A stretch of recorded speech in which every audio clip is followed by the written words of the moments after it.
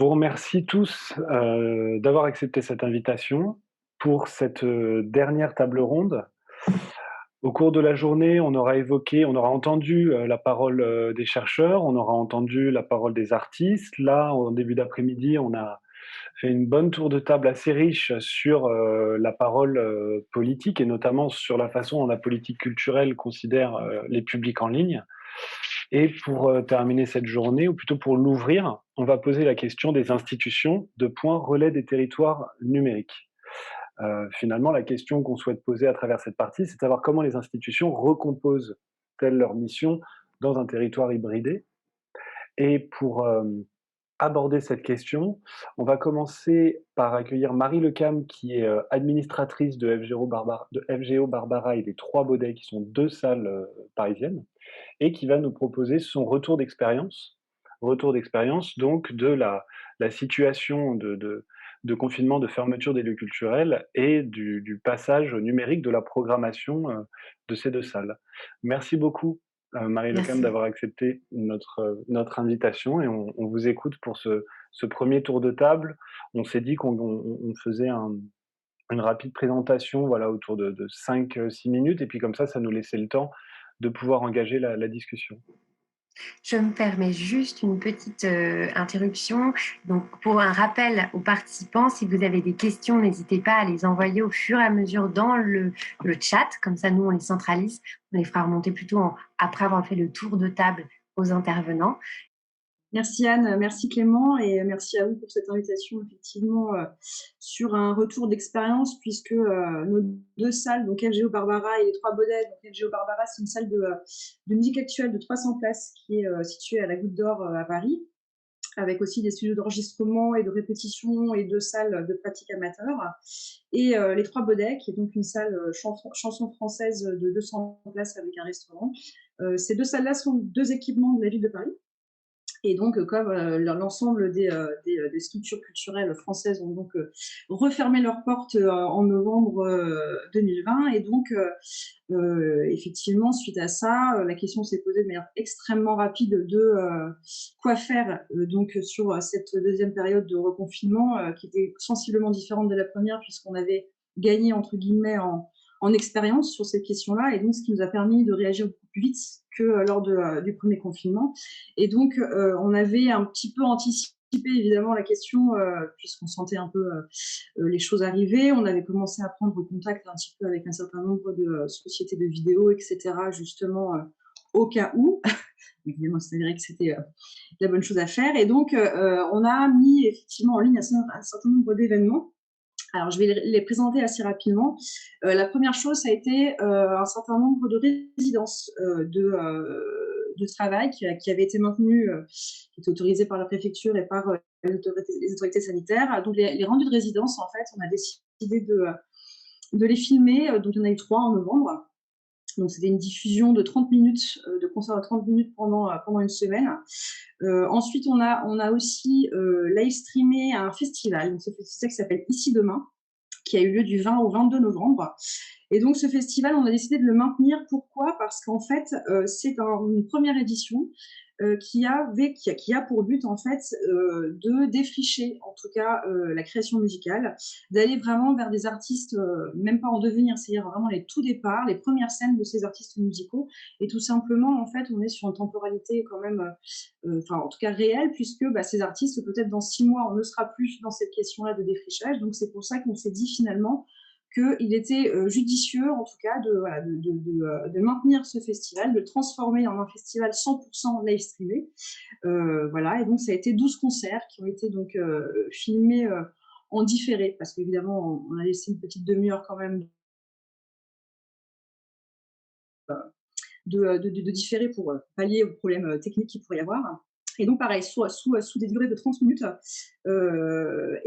Ensuite, en dernier gros événement qu'on a mis en place, c'est un festival qu'on a organisé un petit peu à la volée qui s'est appelé Avant l'après, du 1er au 24 décembre, un peu sous une façon en tout cas de calendrier de l'Avent, entre guillemets, sans forcément rentrer dans des considérations religieuses. Mais c'était tout simplement, en fait, l'objectif de maintenir les concerts des 2 salles, parce qu'on voulait le plus possible ne pas les annuler. Et donc, on les a concentrés sur un même lieu. Et donc ce sont 18 concerts et spectacles jeunes publics, voilà, qui ont été donc filmés à raison d'un concert par jour. Et donc, pareil, toujours pareil, on est resté sur le 30 minutes parce qu'on a considéré que 30 minutes, c'était un temps quand même relativement long pour découvrir voilà, enfin, le travail d'un artiste, mais en même temps pas trop long non plus parce qu'après, forcément, on perd évidemment en vue. Voilà, donc ça, c'est ces trois événements-là qu'on a mis en place, sachant qu'avant après, on était sur une vidéo, en tout cas, enfin, captée et filmée et live streamée sur un mois. Donc forcément, ça a été des temps de vue, forcément, je vous donnerai les chiffres assez conséquents. En termes de retour d'expérience, effectivement, on s'est confronté à un certain nombre de difficultés. La première étant bien sûr le temps, puisqu'en fait, il a fallu donc à partir de début novembre réagir extrêmement vite sur l'organisation, puisque les premiers événements avaient lieu 10 jours après le reconfinement, et donc le festival dont j'ai parlé entre le 20 et le 22, puis ensuite entre le 1er et le 24 décembre. Voilà, ça a été quand même des choses assez rapides à mettre en place, et dans la définition des conditions générales de chaque événement, ça a été, voilà, c'est très compliqué, d'autant qu'en plus on était extrêmement peu expérimenté sur ces questions-là, donc forcément c'est un temps qu'on a été obligé de prendre, mais qu'on n'a probablement pas forcément pris suffisamment, puisque on n'a pas réfléchi les choses jusque ce que. Enfin, on se rend compte aujourd'hui, en tout cas, qu'on n'avait pas anticipé sur un certain nombre de choses. La deuxième difficulté qui a été pour moi, enfin pour nous en tout cas dans nos équipes, une grosse difficulté, ça a été tout simplement qu'en fait la mise en ligne, et en tout cas le concert live streamé, sort complètement de nos champs de compétences, puisque nous, on est forcément spécialisés dans le spectacle vivant. Et là, pour le coup, c'était vraiment des choses complètement différentes. Donc, il a fallu qu'on s'adapte d'un point de vue de la technique, puisque on parle là d'accueil d'équipes de tournage. Et puis, au gros de nos festivals, de nos événements, il y avait quand même une vingtaine de personnes qui étaient là justement pour ces questions-là. Donc ça a été pour nos équipes techniques, en tout cas, un temps un petit peu important de mise en place. Évidemment aussi d'un point de vue de nos équipes de communication, puisqu'en fait, on passait de diffusion, de fabrication de flyers, d'affiches, etc., à ni plus ni moins des nouveaux termes. Enfin voilà, on a appris des termes comme le cross-post, on a appris enfin un certain nombre de choses dont on ignorait l'existence jusqu'à là. Et donc tout ce qui était diffusion sur les réseaux sociaux, puisque l'ensemble de nos événements ont été live streamés sur 3 réseaux, une chaîne YouTube de nos salles, des pages Facebook, bien évidemment, et enfin un compte Twitch qu'on avait créé pour l'occasion, qui est un compte plutôt sur les gamers, qui a beaucoup moins marché, mais voilà, c'était un petit peu un pari, on avait aussi envie de tester ça. Et donc là, clairement, ben voilà, nos équipes de communication, au-delà du simple travail d'organisation, on a été confrontés, voilà, à un manque de compétences qui nous a obligés à faire appel à des prestataires extérieurs qui étaient spécialisés dans ces questions-là de diffusion sur les réseaux sociaux. Au niveau de la production, ça a été aussi un petit peu compliqué, puisqu'il a fallu renégocier un certain nombre de choses, les conditions d'accueil. On a changé aussi d'interlocuteur, puisqu'on est passé, nous, en tant que salle de spectacle, avec comme interlocuteur des tourneurs. Donc voilà, c'est on va dire des relations classiques de travail, où là, il a fallu qu'on prenne directement contact avec les labels, puisque c'était eux qui détenaient notamment un certain nombre de droits d'auteur sur les albums, etc. Donc voilà, ça a été très chronophage aussi, cette période-là de préparation. Et puis toute la partie administrative, dont moi effectivement je me fais le porte-parole, puisque j'ai été confrontée directement sur toutes les questions de négociation des droits d'auteur, notamment, puisqu'en fait dans nos conventions collectives, qui est la convention collective du spectacle vivant privé, sur la question de la captation et du live stream en tout cas, il n'est fait référence que cette fameuse captation promotionnelle de 3 minutes. Et donc au-delà de ça, il n'y a rien. Et donc effectivement, je me suis confrontée très vite à un certain nombre de questions dont j'ignorais complètement les réponses, sur la renégociation des droits d'auteur en lien avec Internet, les droits, etc. Tout ça, c'était vraiment des choses dont il a fallu organiser, improviser beaucoup aussi, en très très peu de temps. Et en l'occurrence, nous, avec Joe Barbara et Audrey Baudet, on a décidé de faire appel à des avocats pour rédiger en fait un contrat d'artiste type. Alors, sachant qu'en fait, c'est un contrat d'artiste type, ça a été beaucoup plus compliqué puisqu'en fait, presque chaque artiste avait des choses un petit peu différentes de négocier. Mais voilà, c'est un contrat d'artiste type qui prenait effectivement en compte la partie travaillée du concert, même s'il est sans public, mais de cette partie de travail, plus effectivement une négociation en fait de cession de droits d'auteur pour que les choses soient le plus carrées possible, si tant est qu'on peut le dire, puisqu'en fait, encore une fois, notre convention collective est assez peu le cas sur ces questions. Voilà, donc ça, c'est vraiment une partie, en tout cas, des problématiques auxquelles on a été confrontés en très, très peu de temps. Puis, bien sûr, la troisième difficulté que j'évoque très rapidement, mais qui est assez évident, c'est évidemment organiser un tournage dans les conditions d'accueil Covid, bien sûr. Donc, évidemment, les protocoles sanitaires obligatoires, mais contraignants. On a aussi eu un certain nombre d'artistes qui ont refusé pour des raisons médicales de venir. Voilà, donc pareil, on a dû s'adapter aussi à ces choses-là. Et puis, 2 ou 3 groupes ont dû annuler vraiment en toute dernière minute, puisque un de leurs musiciens avait contracté le virus. Voilà, donc c'est évidemment des petites choses qui s'ajoutent à l'organisation de ces choses-là, qui a fortement compliqué un petit peu toute cette organisation-là. Voilà, donc ça, c'était un peu pour les difficultés qu'on a pu rencontrer dans le cadre de toutes ces organisations-là qui sortent vraiment de notre ordinaire de travail. Pour autant, il y a quand même eu un certain nombre de choses assez intéressantes en termes de public, puisque évidemment, la chose la plus évidente quand on fait des concerts sur Internet, évidemment, c'est le contournement de la jauge, puisque de nos salles qui font 300 places l'une et 200 places l'autre, on est passé évidemment à une visibilité beaucoup plus importante et impressionnante, puisque sur le festival Ici Demain, par exemple, on est pour tout le week-end à 20 000 vues. Voilà, donc effectivement, forcément, c'est plutôt très très positif. L'événement avant l'après, donc qui était sur un visionnage possible de 1 mois, là, on a dépassé les 360 000 vues. Donc voilà, forcément, pareil, c'est sûr que là-dessus, il n'y a rien à dire, hein. La renommée des 2 salles a pu être forcément évidente. Le point positif aussi, c'est qu'on a pu se permettre de pouvoir programmer des artistes qui normalement ne seraient pas venus, puisqu'en fait, c'est des artistes qui sont suffisamment confirmés, qui fait que dans nos salles de 200-300 places, ne seraient pas venus, parce que c'est pas forcément très intéressant. Là, finalement, ont accepté de venir aussi. Donc ça, c'était comme quelque chose d'assez positif. Et en dernier lieu, mais je le nuance forcément, c'est l'éclatement géographique un petit peu des vues, puisqu'effectivement, là, on sort du simple cadre parisien, et donc forcément, c'est très intéressant. Je le nuance tout simplement parce que, comme je le disais en tout début, on n'a pas suffisamment anticipé, en tout cas, les données qu'on aurait pu récupérer. Et donc, par exemple, effectivement, cette donnée-là géographique, on n'est pas encore en mesure de la voir. Donc, je ne pourrais pas vous dire, par exemple, le pourcentage de Parisiens, le pourcentage de Franciliens, le pourcentage de personnes venant de la province qui auraient vu les concerts. Ça, malheureusement, pour l'instant, on n'est pas encore en mesure de les avoir. Donc ça, c'est effectivement forcément extrêmement positif. Pour autant, il y a quand même quelque chose qui nous a un petit peu mis, qui nous a embêtés, qui nous a un peu mis mal à l'aise, c'est qu'en fait, ce bilan positif, il est quand même assez nuancé en raison de la fracture numérique. Pourquoi?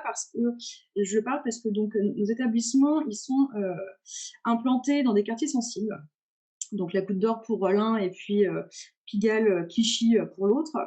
Et il se trouve que on sait de sources sûres pour avoir interrogé un certain nombre d'associations qui œuvrent dans les secteurs dont j'ai parlé, qui effectivement n'ont absolument pas eu accès à ça, tout simplement parce qu'en fait, les enfants, les adolescents n'ont pas forcément tous des ordinateurs, n'ont pas forcément tous accès à un débit suffisamment important, etc., etc. Et donc, c'est vrai que ce qu'on a fait là pour un public, on va dire, le plus large possible, finalement, les publics avec qui on travaille dans le cadre de nos actions culturelles, de la médiation culturelle, finalement, ce sont des publics pour lesquels on n'a pas vraiment pu toucher. Et c'est vrai que ça fait partie des choses pour la suite, après, quand sur les questions un petit peu quoi faire après le retour à la normale, on dit, c'est vrai que c'est une question sur laquelle on a vraiment envie de se poser, puisque la question du numérique aujourd'hui a été évidemment fortement boosté pendant cette année 2020, va forcément être encore un petit peu, au moins sur les 6 prochains mois. Et forcément, elle se pose sur ces publics-là. Je ne sais pas du tout à quel niveau, comment, etc. Mais en tout cas, on a parfaitement conscience, on s'en est rendu compte en tout cas de cette fracture numérique. Et donc forcément, c'est des questions qui vont devoir en tout cas s'imposer à elles-mêmes, en tout cas sur nos programmes de médiation culturelle pour les prochaines années. Et puis, sur la question du concert, on va dire live streamé de manière générale, je pense que forcément, ce sont des choses qui vont rester aussi un petit peu pour la suite. On a en tout cas on a envie de faire poursuivre un petit peu cette expérience, voilà, sur des questions d'investissement de matériel de vidéo. On va aussi évidemment, vous en parlez tout à l'heure en première partie d'après-midi, sur le développement des compétences via la formation, puisqu'effectivement, notamment nos équipes de communication sur la communication digitale, on a bien vu qu'effectivement, il y avait un manque de compétences logiques. Et donc, c'est vraiment sur ces questions-là aussi qu'on a envie d'emmener nos salariés pour cette partie-là. Et puis voilà, on a aussi envie, effectivement, de manière très, très poussée, de voir sur un travail de concertation avec les syndicats, pour voir aussi, pour ouvrir sur cette question de convention collective, comment on peut essayer de travailler pour, voilà, pour avoir un cadre juridique plus précis, puisque c'est ça qui nous a profondément manqué, en tout cas, sur ces derniers mois de travail. Voilà, je pense que je C'est plus ou autant de moins tout points dit. qu'on va avoir l'occasion justement de poursuivre au cours de la discussion. Et puis ce qui était intéressant, ce qui est très intéressant dans le retour d'expérience que vous formulez, c'est que il touche à beaucoup, beaucoup de questions qui sont celles de cette dernière partie, à savoir comment est-ce qu'un lieu recompose son identité, sa programmation, dans un territoire qui est maintenant hybridé entre le géographique et le numérique. Avant de poursuivre la discussion, on a le plaisir maintenant de passer la parole à Stéphane Jouan, qui est directeur du théâtre de l'Avant-Scène de Cognac et qui va nous présenter le récit des multitudes. Voilà. Alors, je préfère ne pas trop en dire avant, parce que je vous réserve le même plaisir que j'ai eu à découvrir ce récit des multitudes lorsque Stéphane Jouan me l'a présenté au téléphone il y a maintenant bientôt 2 semaines. Merci beaucoup d'avoir répondu à notre invitation. Bonjour à tous, merci de me donner la parole et l'occasion de présenter ce projet que nous développons ici à l'Avant-Scène, qui est une scène conventionnée. Vous m'entendez bien? Tout va bien? Oui? En fait, on développe depuis maintenant un peu plus d'1 an une application qu'on a intitulée Le récit des multitudes.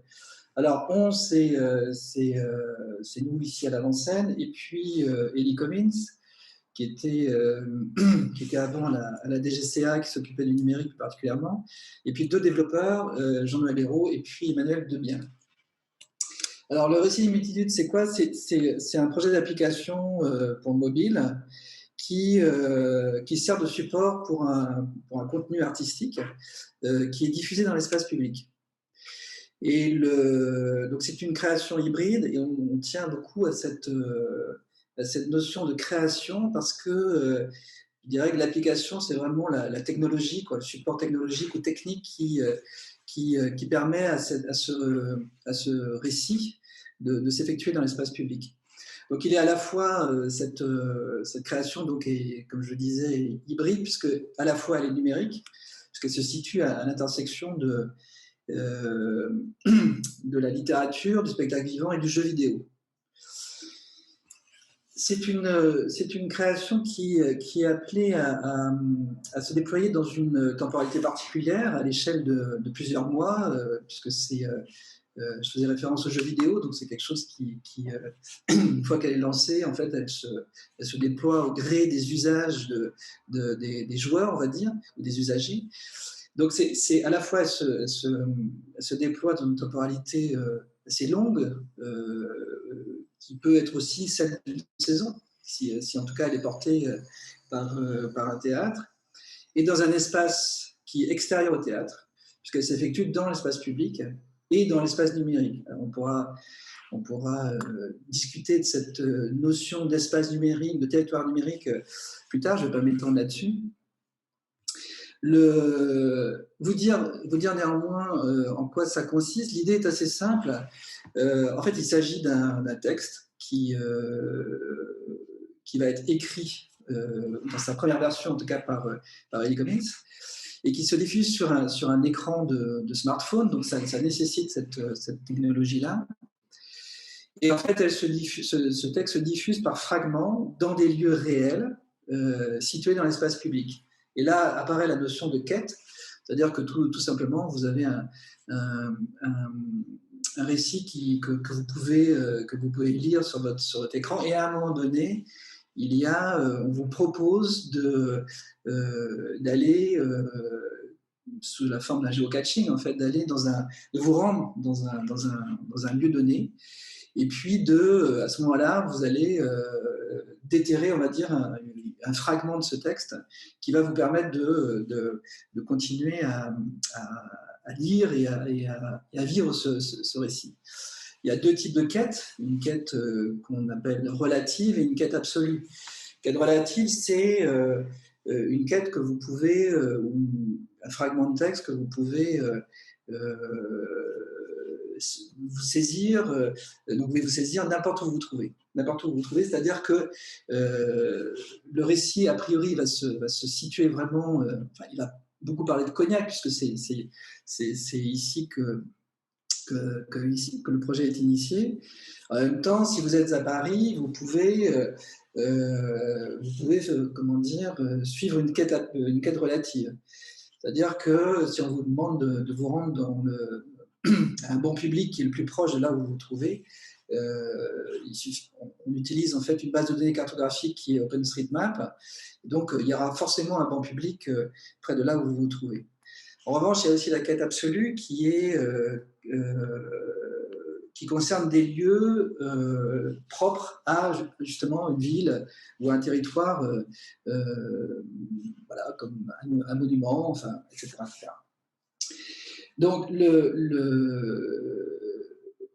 ce qu'on tente de faire à travers ou de tester en tout cas à travers cette application, c'est de contaminer, on va dire, la fiction par le réel, et inversement, faire que le réel soit contaminé par la fiction. Et l'idée, en fait, c'est de se balader en tant qu'usager ou en tant que joueur, on va dire, entre ces deux instances que sont une instance fictionnelle et une instance réelle. Après, je vous dirai dans la discussion pourquoi on fait ça, d'où c'est né, quelle est la genèse de ce projet, comment il est, quel est son modèle économique, etc., etc. Je ne vais pas me lancer là-dedans dans la présentation. Mais ce qui me semble intéressant de vous dire là, c'est que ce projet place le théâtre dans une position tout à fait inhabituelle, qui est celle de producteur de contenu, et non plus simplement de producteur de spectacles, on va dire, ou de compositions artistiques appartenant aux arts vivants, et à la fois aussi de diffuseur de ressources qui en découlent. Puisqu'en fait, là, cette application devient une ressource à partir du moment où elle est développée et éditée. Et pourquoi c'est une ressource? Parce que cette création est appelée en fait, à être reprise à la fois par des auteurs différents, de saison en saison ou de lieu en lieu, et puis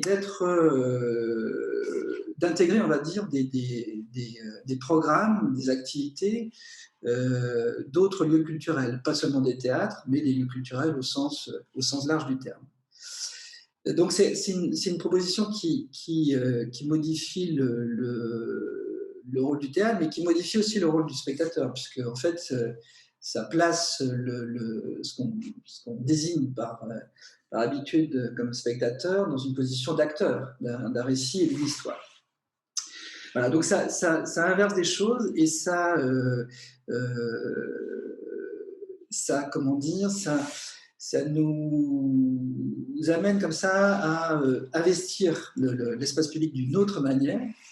Et puis aussi, ça nous amène à créer ce que j'appelle d'autres rituels de rassemblement, puisque on va dire la création s'effectue en dehors de l'espace du théâtre. Elle s'effectue grâce à l'usage de ce qu'on nomme d'habitude des spectateurs, qui d'ailleurs ne sont pas uniquement dans un rapport individualisé à la proposition. Il peut se former en fait des communautés de joueurs. Je parlais d'une quête absolue tout à l'heure. Si vous êtes à Paris, que vous avez une envie comme ça de découvrir la suite du récit, mais vous ne pouvez pas puisque vous ne vous trouvez pas près du lieu qui vous permettrait de débusquer le fragment de texte. Dans ce cas-là, vous pouvez proposer à quelqu'un d'autre que vous connaissez à la fois de jouer à votre place et puis peut-être d'aller chercher ce fragment de texte ou cette carte. Donc voilà, donc c'est globalement ce que je peux vous dire là, à ce stade en tout cas de ce projet, qui est en cours de développement et qui sortira au mois de juin et qui va inaugurer, on va dire, le festival dans l'espace public qui s'appelle Coup de chauffe ici, parce que, comme je vous disais, c'est une manière nouvelle pour nous, en tout cas, d'investir l'espace public.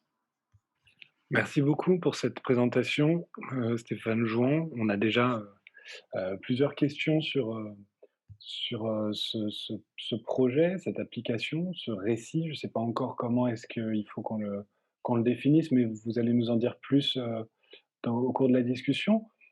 Je vous propose qu'on passe la parole à Stéphanie Aubin. Stéphanie Aubin, vous êtes directrice de la Maison des Métallos à Paris et vous allez notamment nous parler du processus d'expérimentation partagée, les COP pour coopération artistique, c'est ça?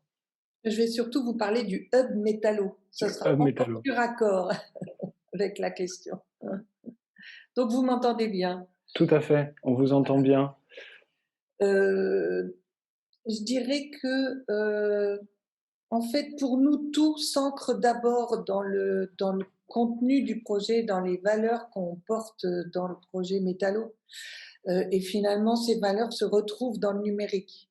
Donc en fait, je dirais que c'est un prolongement presque naturel.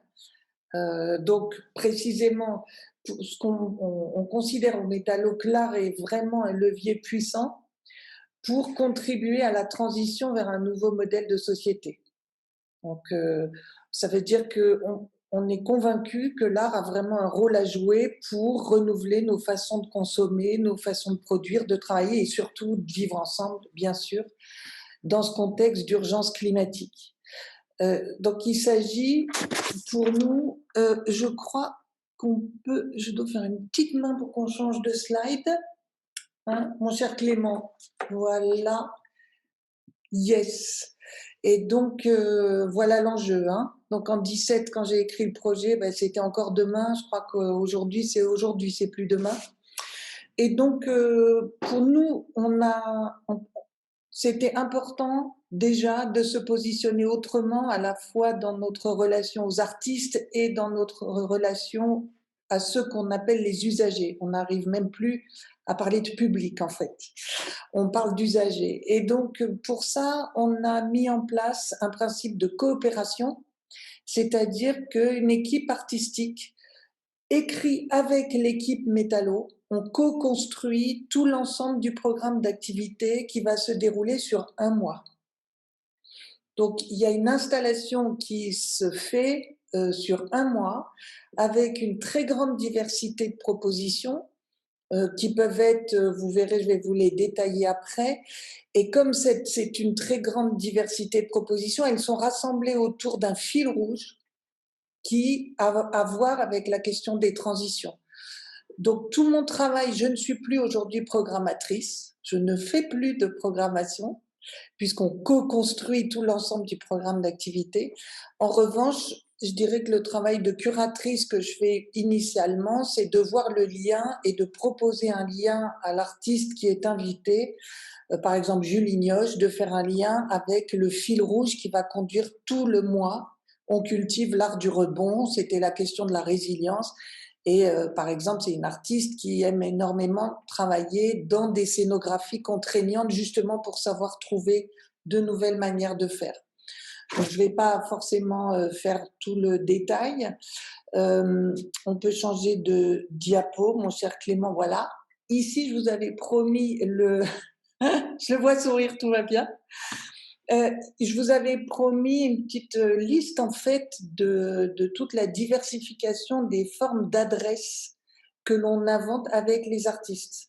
Donc, en fait, à partir du moment où l'on considère que l'art est une ressource et non pas un bien de consommation, on a été amené directement à décentrer la place dominante au sens de format qui existe principalement, le format spectacle.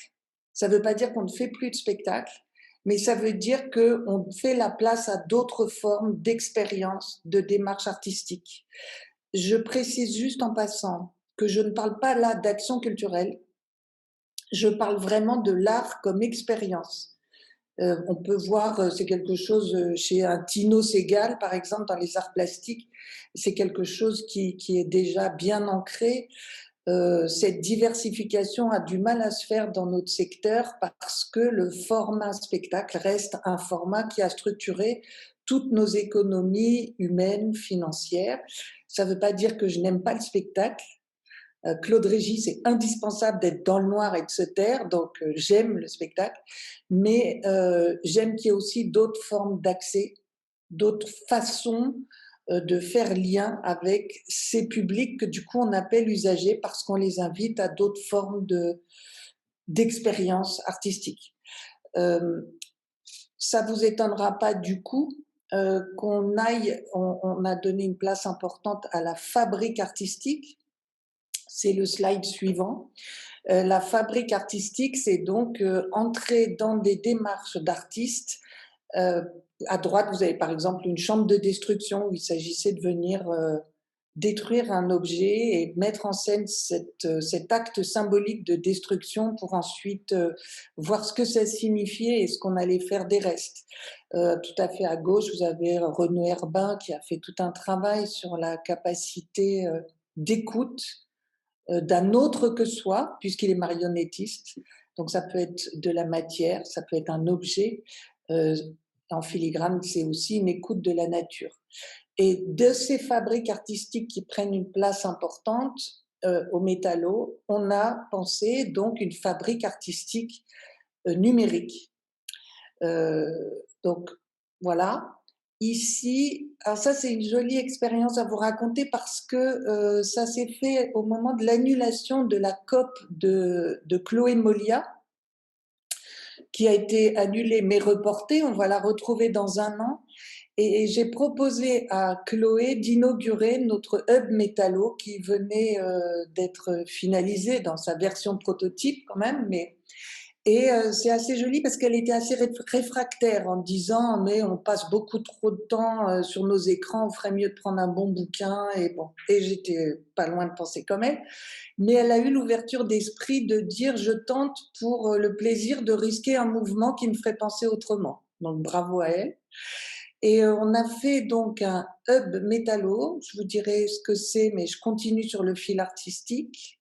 C'est de rassembler une communauté peu nombreuse, 20 personnes. Il y a beaucoup plus de monde que 20 personnes qui se sont inscrites, mais on avait limité la jauge à 20, comme dans la vraie vie, pour garantir une qualité de relation entre Chloé Molia, l'artiste, les modératrices, puisque c'était des femmes qui étaient à la Maison des Métallos, et puis les usagers. Et Chloé a fait des propositions qui avaient à voir avec son fil rouge qui était la question du ralentissement. Elle a proposé aux gens de dessiner les yeux fermés pour prendre le temps de rater et d'aimer rater et d'apprendre à travers le ratage. Bon, bref, il y a eu tout un ensemble. Ils devaient chasser des escargots le long du canal de l'Ourcq. Bon. Et évidemment, nous raconter en texte, en images, en vidéo. Et d'ailleurs, et c'est bien là qu'on se retrouve dans les valeurs du numérique, ce que j'ai pu d'ailleurs apprendre et approfondir en fréquentant Anne Le Gall du TNM Lab et Bruno Caillé d'Artichoc. Donc voilà mes parrains du côté du numérique. parrain et marraine. En tout cas, cette relation horizontale qui faisait que si les 20 personnes ont expérimenté ce qui leur était proposé, elles ont aussi expérimenté beaucoup d'autres choses et nourri la proposition artistique tout à fait autrement. Donc je vais terminer là-dessus. Qu'est-ce que c'est que ce hub métallo? C'est vraiment un réseau social, c'est assez proche de Facebook. Simplement, donc on a la possibilité de créer des groupes pour échanger, partager, mais c'est un réseau indépendant, sans publicité, sans traçage, donc ça c'est quand même pas mal, voilà. Et on est hébergé par le logiciel open source Hub. C'est un réseau, c'est là qu'on a donc collaboré avec Artichoc. C'est un réseau qui est directement relié à notre site. Ça veut dire que quand on passe sur ce travail de communauté, qui peut être en tout petit nombre, comme vous l'avez vu là, comme ça peut être en nombre beaucoup plus important, on reste dans l'univers métallo. On reste dans la charte graphique, on reste dans l'univers.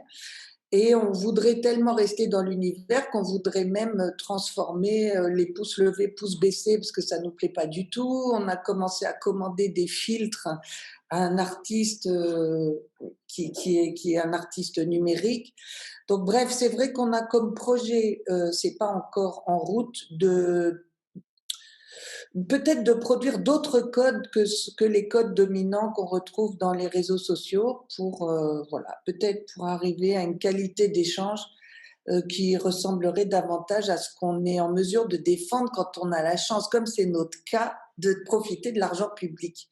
Donc je ne vais pas vous dire, pour moi, c'est génial, j'ai touché 3 milliards de personnes, je dis non, pour moi c'est génial, je peux toucher 3 personnes, 20 personnes, 100 personnes, 2000 personnes, très exactement. Donc, ce n'est pas une course aux chiffres, c'est une course au sens. J'ai peut-être dépassé un peu les 5 minutes, mais on doit être à 7, c'est ça? Oui, mais pour terminer Merci. sur une course au sens plutôt qu'une course aux chiffres, je pense que ça valait le coup. Merci beaucoup pour cette présentation.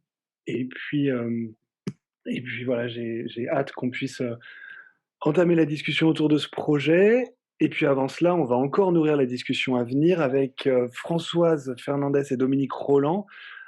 Alors, respectivement directrice mécénat littérature et musée à la Fondation Orange et directeur du Centre des Arts et directeur artistique de la Biennale internationale des arts numériques d'Anguin-les-Bains, qui vont nous présenter les MOOC comme outil de médiation, puisque c'est déjà la deuxième collaboration, je crois, entre la Fondation Orange et le CDA d'Anguin-les-Bains. Donc merci beaucoup d'être avec nous. Je vous laisse la parole pour nous présenter ces MOOC. Et puis je crois que vous aviez un support où vous alliez nous montrer le MOOC, donc n'hésitez pas, on peut tout à fait partager l'écran. D'accord, bonjour. Alors je vais commencer, puis je laisserai ensuite la parole à Dominique Roland. Moi, je vais vous faire une présentation des MOOC. Je ne sais pas quel est le niveau et si vous connaissez bien ce support-là. Donc je vous propose de vous présenter un petit peu en quoi consistent les MOOC, en quoi consistent nos MOOC en tout cas. Alors voilà, donc je vais vous présenter donc juste rapidement avant. Donc effectivement, moi je travaille à la Fondation Orange qui travaille sur différents axes, santé, éducation, culture. Dans le domaine de la culture, on a nous positionné notre mécénat comme un mécénat aussi solidaire, puisque notre idée étant vraiment de rendre la culture accessible à tout le monde, au plus grand nombre en tout cas, notamment aux publics qui en sont éloignés. Et on travaille sur 3 domaines, la musique depuis plus de 30 ans, mais aussi la littérature et tout ce qu'on fait aussi dans les musées, d'où les MOOC. Alors, je sais que j'ai pas beaucoup de temps, donc je pourrais vous parler des heures, mais je vais essayer quand même d'aller assez vite parce que tout ça, voilà, il y a beaucoup de choses à dire. Donc là, je vous ai mis une copie d'écran de nos MOOC, de notre plateforme de MOOC, juste pour revenir sur ce qu'est un MOOC rapidement. Donc c'est un parcours de formation qui a des objectifs pédagogiques qui sont définis et qui peut accueillir, grâce à ce support numérique, un nombre non limité, illimité de participants. Donc c'est vraiment ouvert à tout le monde, quelle que soit la distance et quel que soit aussi le niveau de formation, en tout cas pour les MOOC que nous proposons. Dans ces MOOC, on va aussi proposer des activités d'apprentissage et surtout, on va pouvoir avoir une interaction possible entre les différents apprenants. Nous, on a fait le choix dans nos MOOC d'avoir une partie non limitée dans le temps. Voilà, les MOOC sont ouverts tout le temps, puisque souvent ils sont événementiels. Nous, on a fait vraiment le choix qu'ils soient ouverts en permanence et surtout, ils sont gratuits totalement. Voilà. Alors, sur les objectifs communs qui définissent nos MOOC et les institutions culturelles avec lesquelles nous travaillons, puisque tout ça est de l'ordre d'une coopération entre des institutions culturelles et nous. Donc, on va travailler ensemble, main dans la main, sur la construction de ces MOOC. C'est effectivement le deuxième MOOC qu'on a mis en place là, avec le Centre des Arts d'Anguin. Et sinon, on travaille vraiment tout le temps en coopération totale du début du sujet jusqu'au bilan, avec cette idée de rendre évidemment la culture accessible à tous. Et pour la plupart des institutions, cela rentre dans le cadre de leur mission de service public, avec des objectifs qui sont évidemment de créer un nouvel outil numérique, d'avoir un outil de médiation pour tout ce qui est éducation artistique et culturelle, qui sera du coup accessible à tout le monde, de développer via cet outil justement le goût d'un public large pour les œuvres. Cela va vraiment permettre de leur faire connaître aussi d'autres types de cultures, d'autres types d'œuvres, de promouvoir aussi pour les institutions, bien sûr, leurs collections, leurs réalisations, que ce soit les expositions temporaires ou permanentes, et donc de les faire connaître à un niveau international, grâce encore une fois au numérique. D'élargir les publics, bien sûr, et de les rapprocher des manifestations culturelles, puisque le numérique permet ça. Pour beaucoup aussi, ça donne l'opportunité pour les visiteurs, donc ça c'est vraiment un plus pour le public, de prolonger leur visite, mais aussi de la préparer pour ceux qui pourront, quand on pourra se redéplacer dans les expositions, voilà, d'avoir cet outil aussi pour préparer ou prolonger les visites. Et puis, ça permet aussi de créer une communauté autour d'un sujet, autour d'une dimension artistique, puisque les participants peuvent bien sûr discuter entre eux et avec également des experts, donc de mettre aussi en avant les experts des institutions culturelles. Alors évidemment, l'institution apporte, elle, son expertise, c'est vraiment elle qui a la connaissance du sujet. Donc je vous ai mis voilà, quelques institutions plus ou moins grandes avec lesquelles on a déjà travaillé jusqu'à présent. Et puis bien sûr, on porte une part très très importante à tout ce qui concerne l'ingénierie pédagogique, qui est pour nous au cœur aussi de la façon dont on travaille sur nos MOOC. Et pour ça, on travaille avec Pimenco, qui nous accompagne depuis le début sur tout ce travail d'ingénierie pédagogique. Alors, quelles vont être nos priorités et les facteurs clés de succès de nos MOOC? Alors, il y en a plusieurs. Déjà, nous, on a fait le choix de s'adresser à un large public, d'être vraiment dans les MOOC ne sont pas diplômants, les MOOC, c'est pas pour une formation professionnalisante, on est vraiment sur du contenu, des MOOC, on va appeler les MOOC un peu loisirs, c'est-à-dire le public va apprendre, va obtenir des connaissances, mais en rien ce ne sera ni diplômant, ni professionnalisant. C'est le cas de plein de MOOC qui font ça. Nous, on s'adresse vraiment à un large public. Et voilà, donc en termes de sujet, le sujet c'est pareil, si on s'adresse à un large public, on choisit un sujet très très large, mais avec toujours une exigence sur la qualité des contenus qu'on va proposer, puisqu'on travaille avec des experts. On a fait le choix d'un format court, on avait testé des formats plus longs et on s'est aperçu que les gens décrochent au bout d'un moment et qu'ils ont besoin d'acquérir des connaissances, mais d'acquérir ces connaissances dans un temps ramassé, d'où pour nous ce choix de le faire en 3 séquences, avec une priorité qui est donnée au contenu très visuel, avec beaucoup de contenu vidéo bien sûr, mais infographie et autres. Donc on varie aussi bien sûr les médias, hein, on va choisir des vidéos, des animations, des infographies, même du podcast. Et puis on a toujours une approche très dynamique de nos contenus. Les vidéos sont courtes, tout est plutôt facilement accessible. Et puis évidemment on fait la part belle aussi à une participation active de toute la communauté, de tous les apprenants. On a aussi fait le choix, par exemple, de gamifier l'expérience avec un système de badge, de quiz, bien sûr, mais aussi de super défis, voilà, pour faire revenir les gens, pour les attirer, pour leur donner envie d'aller un petit peu au-delà aussi dans la connaissance.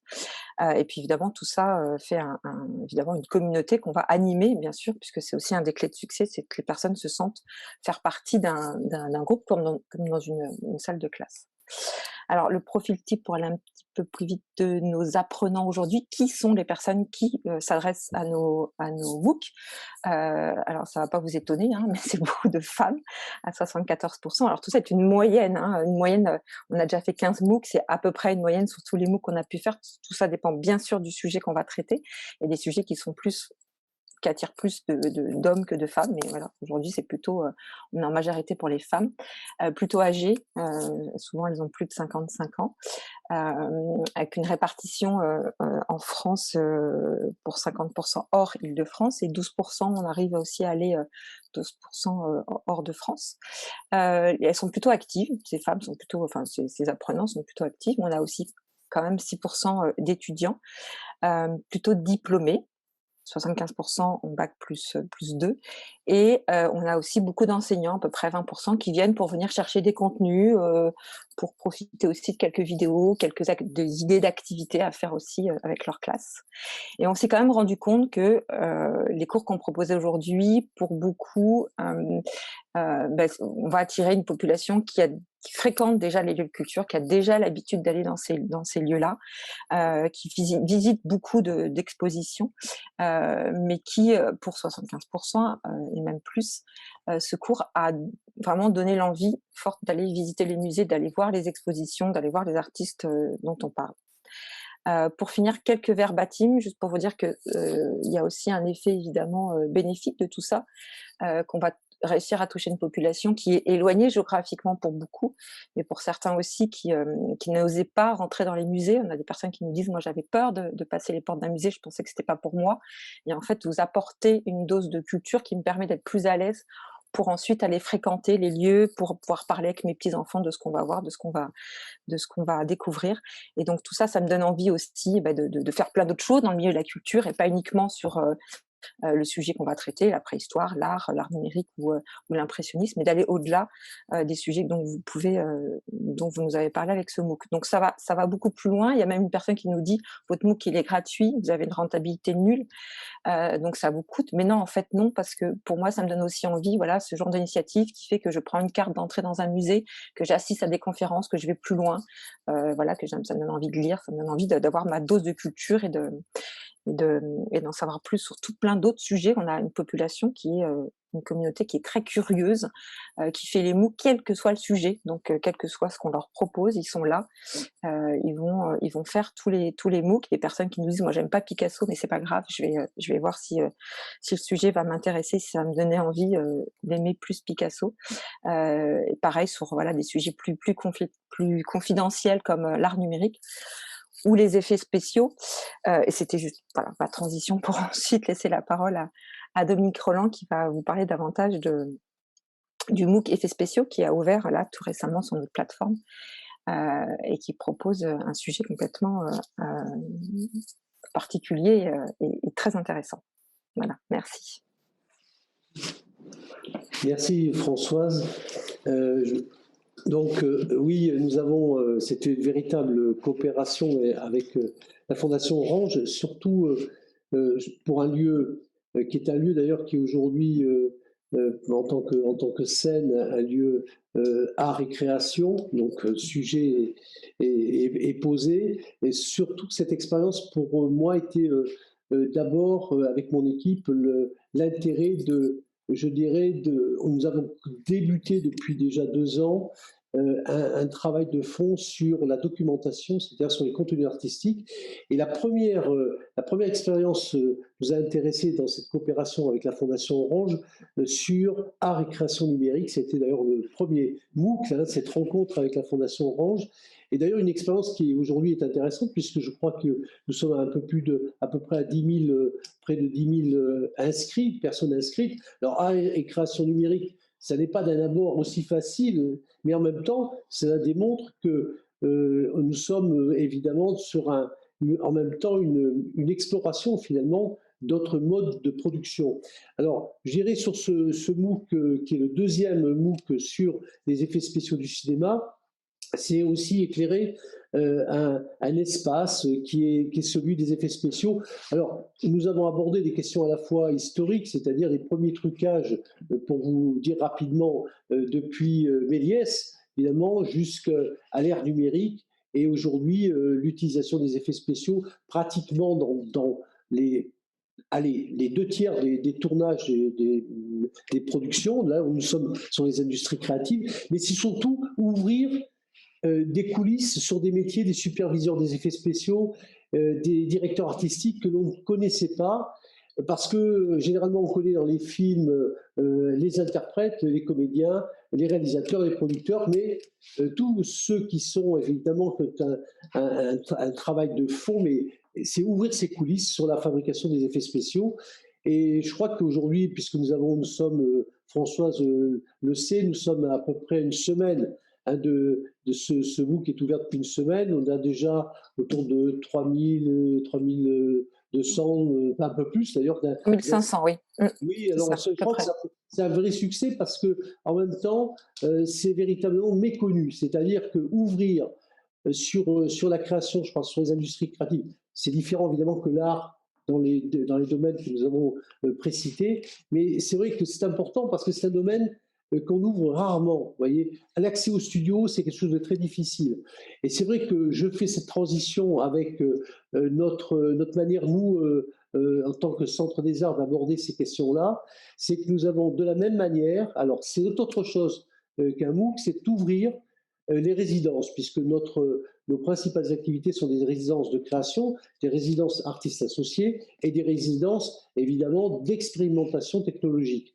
Alors, ce que nous avons fait, c'est avoir toutes les semaines, eh bien, sur des capsules, c'est-à-dire 2 minutes, eh bien, filmer, évidemment, en sortie de résidence ou pendant des temps de résidence, faire des portraits d'artistes qui sont pas simplement dans le domaine chorégraphique, ça peut être un chorégraphe, mais son univers autour de la photographie, ce qu'il a pratiqué avant, puisque ce sont aussi les pratiques artistiques qui sont intéressantes de montrer. C'est dans quelque sorte, pour nous, de montrer tout ce que nous ne voyons pas quand nous arrivons dans un théâtre. C'est-à-dire, la relation avec le spectateur, finalement, elle est changée. Et on ne remplace pas, évidemment, ce que nous souhaitons tous, c'est la réouverture des théâtres, des musées, des cinémas. Évidemment, ça ne se remplace pas, c'est autre chose. C'est-à-dire, je crois qu'il y a le public, il y a la scène, il y a, si vous voulez, le musée, mais il y a un troisième espace à ouvrir. Et je dirais, notre point de vue, c'est finalement d'expérimenter et évidemment de renouveler nos modes de travail. Toute mon équipe vraiment s'est maintenant formée à la vidéo de manière légère, c'est-à-dire de pouvoir être dans si vous voulez, un parcours de l'artiste dans les lieux, dans les résidences, et puis en même temps, c'est d'ouvrir des formats. Ce que l'on ne voit, si vous voulez, ce qu'on ne peut pas voir dans un théâtre, là nous le montrons. Et j'ai quelques exemples. C'est par exemple les métiers du spectacle à travers son histoire. Alors, vous me direz, ça existe, mais le faire à travers l'identité d'un lieu, c'est par exemple demander à mes équipes techniques, de vos intermittents du spectacle, eh bien, d'aller ouvrir. Nous en sommes déjà à la troisième, je dirais, c'est le troisième volet sur les métiers du spectacle, sur la lumière, sur le son, parce qu'en même temps, c'est de montrer finalement, c'est de montrer l'invisible. Finalement, autour de ce qui est un petit peu, en quelque sorte, un écosystème, c'est montrer véritablement aussi ces métiers. Et je pense que c'est le moment pour le faire. Et c'est aussi, je dirais, à travers des spectacles que nous allons. Évidemment, nous avons aussi filmé. On a beaucoup de succès parce que c'est tant mieux, c'est évidemment aller vers des publics éloignés, vers des publics qui ne fréquentent pas les théâtres. Et je pense que la désanctuarisation de la culture, ça passe, et de l'art, ça passe aussi par ce territoire augmenté, cette notion de territoire augmenté. C'est finalement, c'est vrai que Arthur Danto, l'art est partout quand il n'a plus d'endroit où aller. Là, je crois que la question du numérique, elle est un sujet intéressant parce qu'elle permet de ne pas faire la même chose, mais de faire autrement, et quelque chose dont peut-être on ne se passera pas après la pandémie, c'est-à-dire de pouvoir poursuivre ce travail de production, de diffusion d'une autre manière, dans une autre relation, dans peut-être aussi un lien avec les artistes qui va être modifié, mais je crois qu'il peut atteindre, qu'il peut aller au-delà des territoires, être aussi une manière d'aller vers des publics qui aujourd'hui, au-delà même de la pandémie, ne sont pas forcément, ne viennent pas dans les lieux culturels ou dans des lieux d'art. Et je prends un dernier exemple. Nous avons également mis en place des visites guidées, et ces visites guidées, et évidemment, on arrive à 1189 vues. C'est intéressant parce que ça veut dire qu'on crée un lien. Je crois que c'est créer un lien avec le lieu. Je crois que je dirais, c'est l'élément central. Et c'est vrai que nous produisons, nous diffusons toutes les semaines. Et y compris des conférences qui ont beaucoup de succès. Nous venons d'éditer le Paris Images la semaine dernière. Nous avons 35 conférences. C'est aujourd'hui en replay. Ça a beaucoup de succès. C'est un format différent. Je crois que le jour où nous allons retrouver physiquement la rencontre entre les publics, les artistes, les experts, les auteurs, eh bien, il y aura peut-être en même temps, on continuera à poursuivre ces enregistrements et la constitution de bases de données qui sont importantes pour ce que nous représentons. Merci beaucoup. Et justement, pour rester un peu sur ce dernier point que vous ouvrez concernant la situation que nous connaissons, quelle est par rapport à la fréquentation de ces différents MOOC, quels ont été les effets, et puis globalement sur les MOOC développés par la Fondation Orange, quels ont été les effets de la crise sanitaire sur la fréquentation de ceux-ci? Quels indicateurs vous avez et comment est-ce que vous utilisez ces indicateurs? Alors, nous, on a constaté pendant le premier confinement, donc au mois de mars, on s'est retrouvé avec un pic de fréquentation qui a été absolument... Enfin, on ne s'attendait pas du tout à ça. On a plus que triplé, je pense, on a fait plus de 500%. Je reviens, Dominique, sur la question des publics touchés avec ces MOOC. Donc, on interrogera Françoise sur la fréquentation et aussi par rapport à la typologie de public qu'elle identifie, qui correspond aussi à des typologies de lieux, néanmoins. Vous, comment vous travaillez? Est-ce que vos équipes s'en sont saisies de ces outils comme des outils supplémentaires de médiation? Est-ce qu'il y a une adresse spécifique à des groupes, des enseignants, des publics avec ce support-là? Oui, en effet, il y a un changement aussi dans les pratiques des équipes.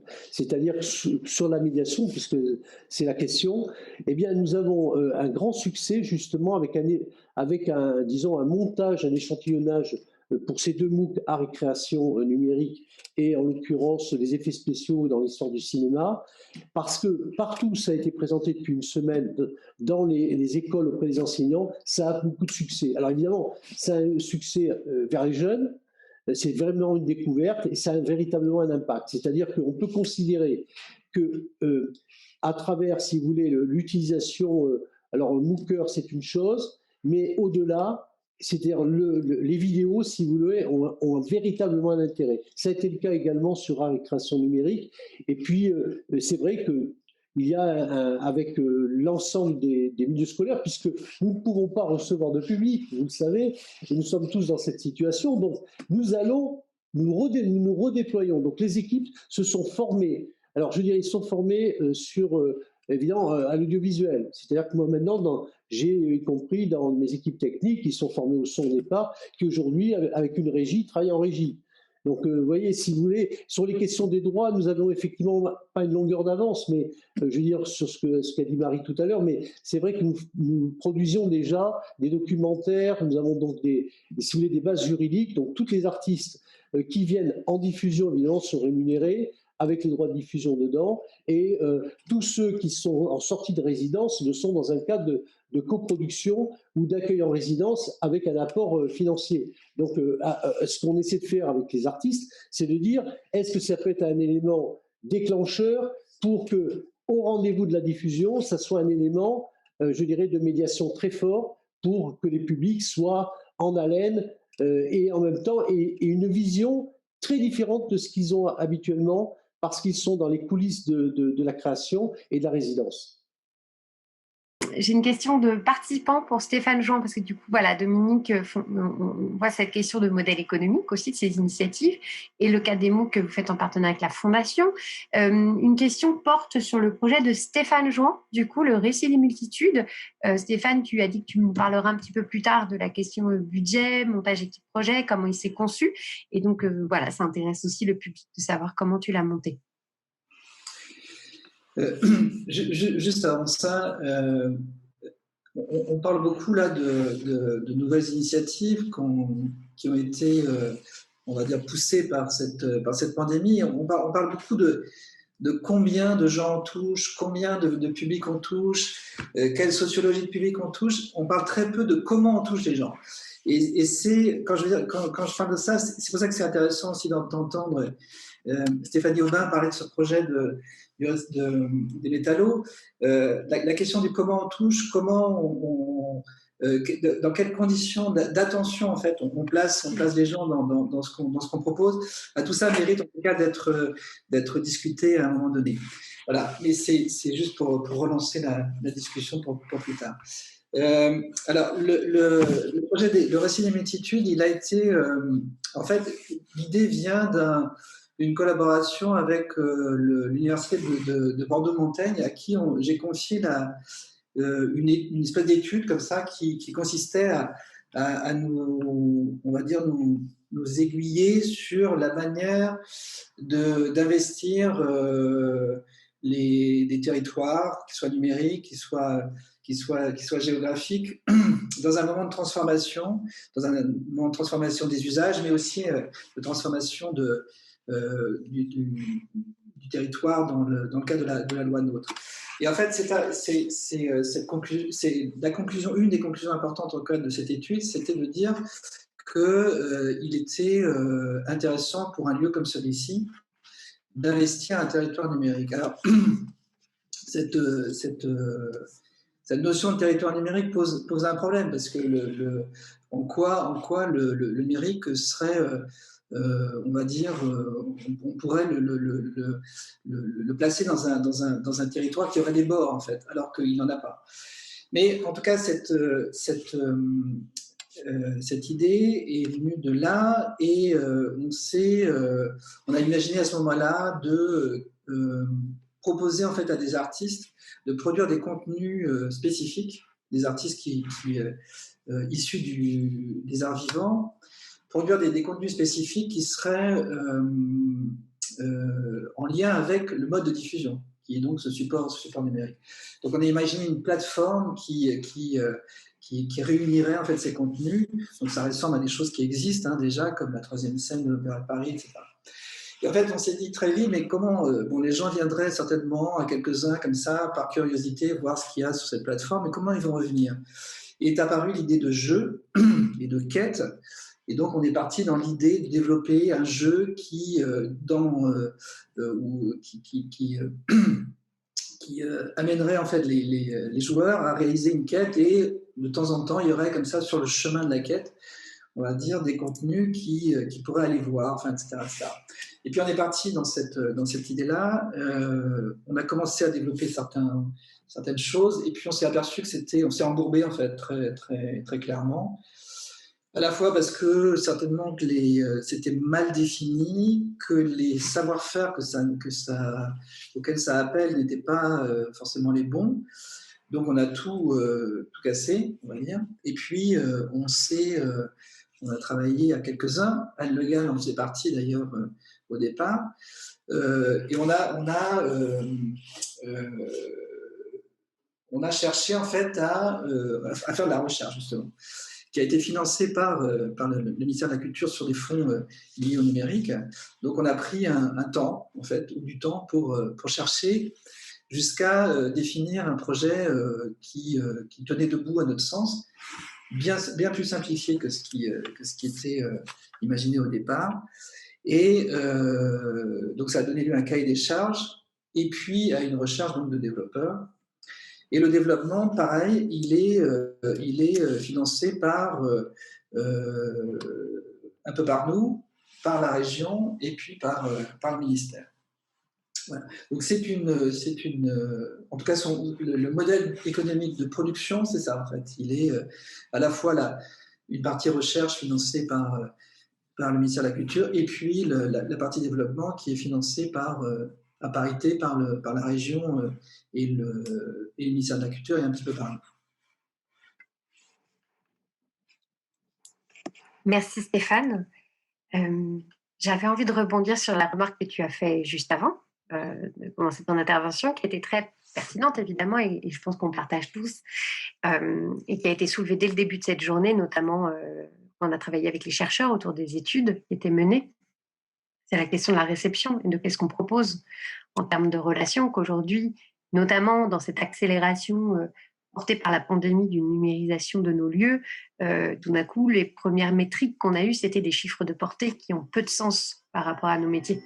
Et donc, qu'est-ce que c'est? Quel numérique voulons-nous? Comment on arrive à développer des usages qui ne soient pas forcément des usages quantitatifs, mais qui soient plus des leviers qualitatifs de relations et de chemin vers les lieux et vers les œuvres.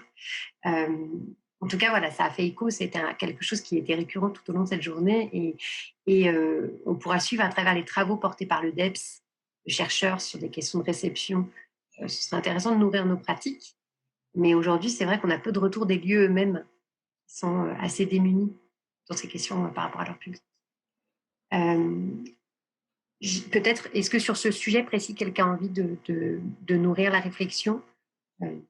Sinon, après, j'aurais une petite question pour la Maison des Métallos. Sur la Maison des Métallos, peut-être je passe directement, puis après je vous laisserai rebondir encore. Une des questions qui a été soulevée aussi au cours de cette journée, c'est la question donc RH des équipes, de la formation. D'ailleurs, donc dans la question des projets numériques qu'on produit aujourd'hui, c'est un sujet, parce que plus on développe une culture numérique qui comprend les enjeux, plus on va pouvoir faire des projets fins et autour de questionner la relation et non pas le chiffre.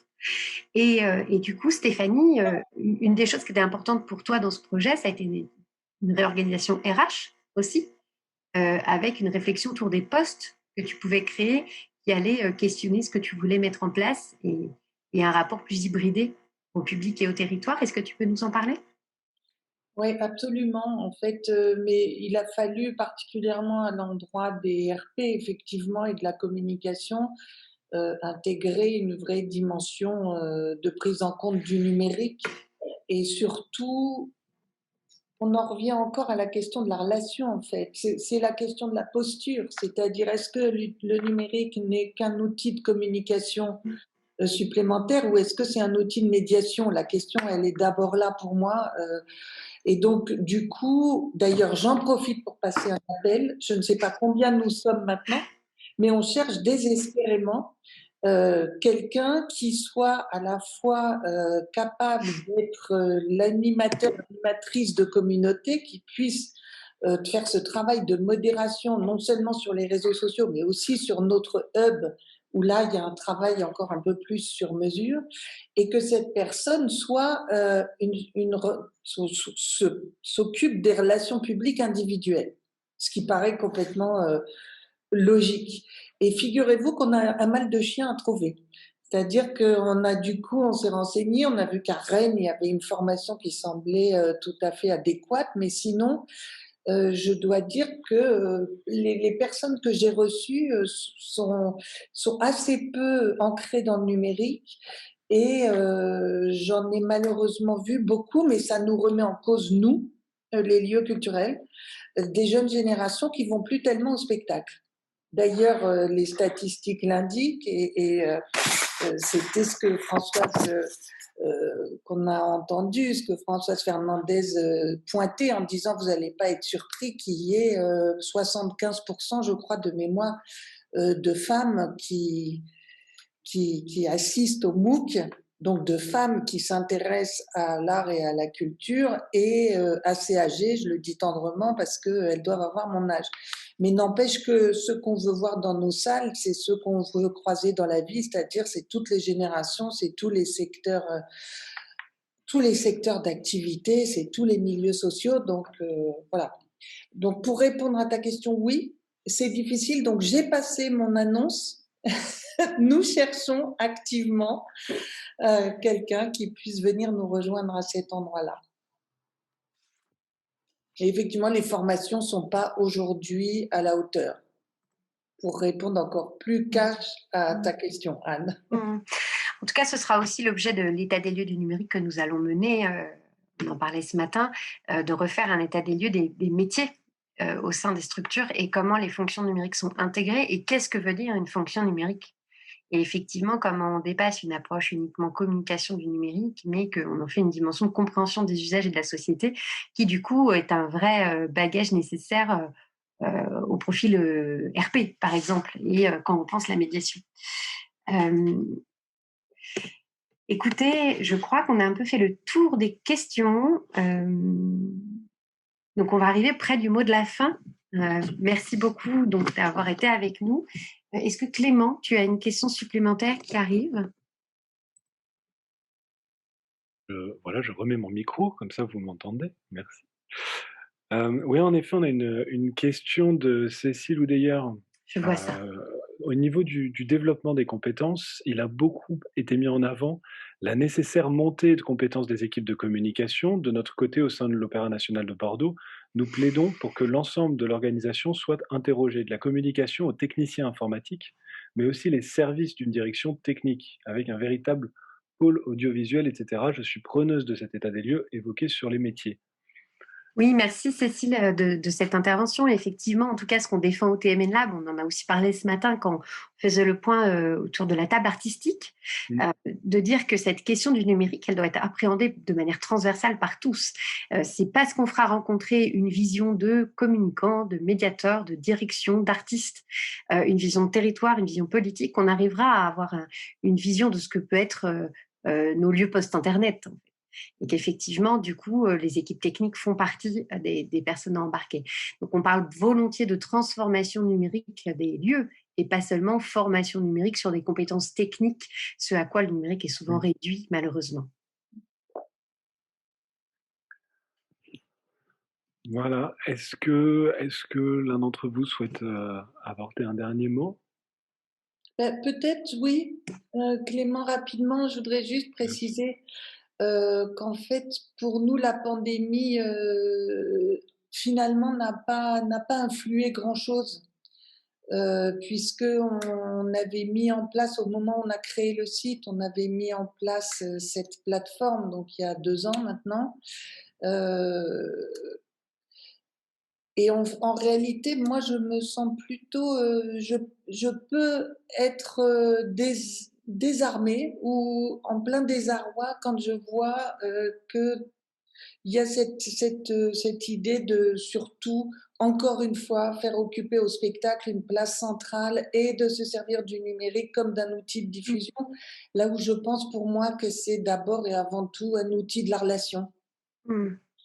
Donc, pour moi, en tout cas, quand on pourra rouvrir nos portes, ça n'est que un territoire de plus, comme disait Stéphane. C'est un aller-retour, c'est une prolongation, c'est une ouverture, c'est une ouverture géographique aussi qui est incroyablement précieuse. Et j'espère surtout que ça sera une ouverture générationnelle qui fera que l'institution, on a parlé des tiers-lieux ce matin ou cet après-midi, je ne sais plus, qui fera que l'institution pourra peut-être redonner confiance en sa capacité d'expérimenter. En tout cas, moi, je dois dire que là-dessus, la ville de Paris a été tout à fait intrépide. Et bravo et merci à eux parce que on expérimente, on se plante, on le revendique, on leur dit, on recommence, on se relève et on avance. Merci Stéphanie. Je crois que Dominique Roland voulait ajouter un mot. Oui, rapidement, vous dire que par rapport, pour moi, la question de la découvrabilité est un sujet important et de la curiosité. La question justement de cette baisse de fréquentation des publics, c'est parce qu'il faut être en conquête des publics là. Je pense qu'il faut reprendre d'une autre manière.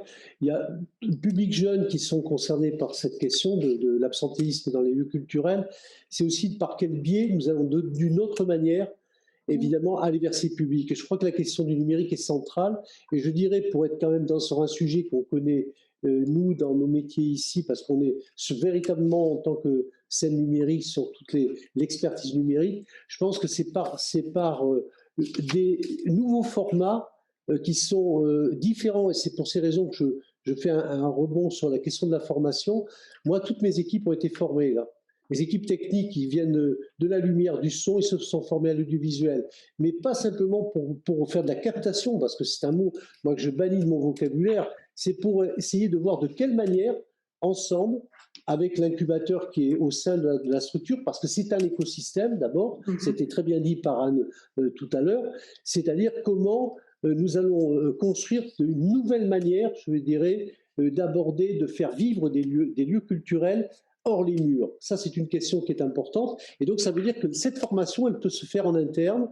C'est ce que nous avons fait. Et aujourd'hui, moi, je n'ai pas dans mon équipe un membre de l'équipe qui ne sait pas utiliser sur des choses qui ont été définies d'un point de vue éditorial, des formats qui sont expérimentés, c'est vrai, évidemment avec des résultats, que ce soit avec 20, 40, mais c'est surtout créer, avoir une interaction avec le public. Je pense que l'interaction, c'est le sujet aujourd'hui. Et pour ça, il faut la découvrabilité et la curiosité. Et c'est pour ces raisons qu'il va falloir, disons, mobiliser des moyens qui sont autres que ceux que nous avions l'habitude de pratiquer pour la médiation et, disons, les moyens habituels de recevoir dans les lieux culturels, mais d'aller, de se redéployer sur la base de pratiques numériques qui sont transversales, je dirais, qui sont transdisciplinaires, d'aborder évidemment nos métiers aussi.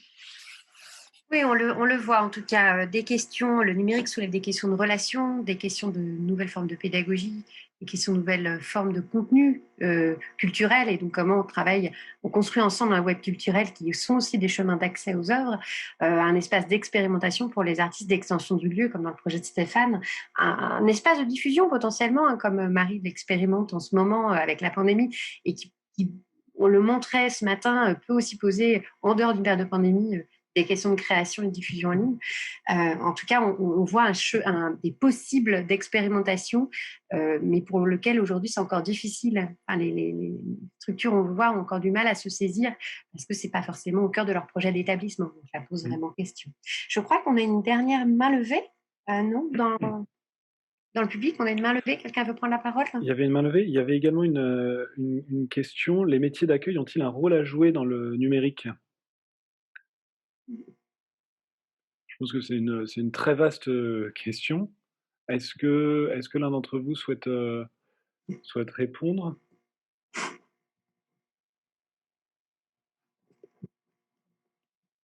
Oui, je crois qu'on n'a parlé que de ça, hein, on a parlé beaucoup de ça. Quand on parle de la médiation, pour moi, j'intègre absolument toute l'équipe d'accueil dans le travail de médiation. Il me semble effectivement, en tout cas quand on parle de transversal, c'est qu'on parle de tous, et les personnes à l'accueil étant les premiers liens avec les publics. Oui, puis il me semble aussi que ça fait écho avec ce que disait très justement Dominique Rolland. Et là encore, ça me permet de réévoquer rapidement le rapport numérique et spectacle vivant. Le premier point de ce rapport, c'était la nécessité pour les institutions, pour les professionnels, d'expérimenter pour conquérir de nouveaux publics. C'est-à-dire que le point d'entrée de ce rapport, c'était que l'expérimentation est une démarche nécessaire alors que le public culturel traditionnel est vieillissant et que la nouvelle génération est prise dans un monde numérique évolutif et surabondant. C'est exactement ce que vous disiez.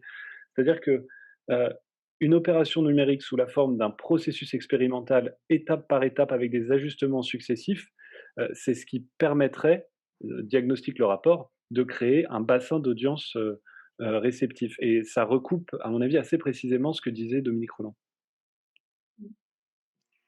On peut donner la parole à cette personne qui voulait intervenir, Christelle.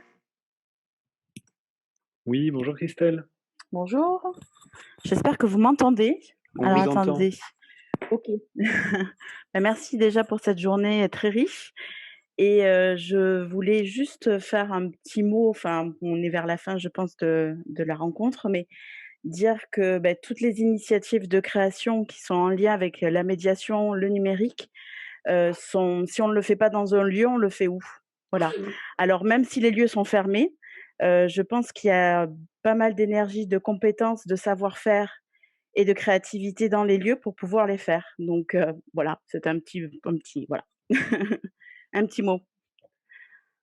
Merci beaucoup pour cette Christelle. intervention. Très bien, écoutez, on va pouvoir conclure ainsi.